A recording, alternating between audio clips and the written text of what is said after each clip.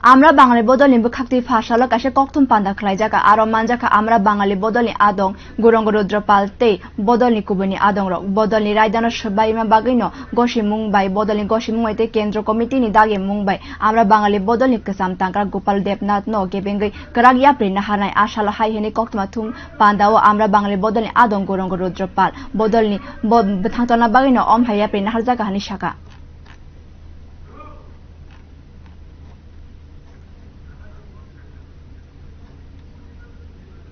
কিছু লোককে বিভ্রান্ত করা হচ্ছে বিভিন্ন রকম ভাবে এবং এই বিভ্রান্তের ফাঁদে চক্রান্তের ফাঁদে পড়ে গেছে আমাদের কি বলবো কিছু নেতৃস্থানীয় ব্যক্তিও তারা গত প্রায় বছর দিন ধরে বিশেষ করে চলতি বছরের এপ্রিল মাসের গোড়ার থেকে দল বিরোধী কাজে শৃঙ্খলা বিরোধী অনুশাসন লঙ্ঘনের কাজে ওরা যুক্ত হয়ে গেছে।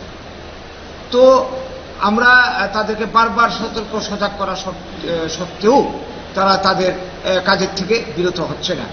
তাই আমরা গত 25শে সেপ্টেম্বর আমরা কয়েকজনের বিরুদ্ধে শোকজ করেছি।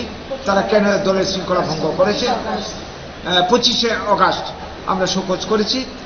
তো শোকজের উত্তর আমরা আজ অবধি পাইনি, সময় অতিক্রান্ত। তাই বাধ্য হয়ে দলের ঐক্য সংহতি একতা রক্ষার প্রশ্নে আমরা বাঙালি একটা ক্যাডার ভিত্তিক দল, শৃঙ্খলাপরায়ণ দল, আমরা মানুষের কাছে দায়বদ্ধ।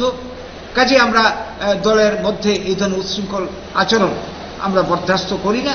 তাই আমরা সিদ্ধান্ত নিয়েছি দলকে শৃঙ্খলাকে অটুট রাখার জন্যে আমরা কয়েকজনের বিরুদ্ধে আমরা শৃঙ্খলা ভঙ্গের অভিযোগ আনছি।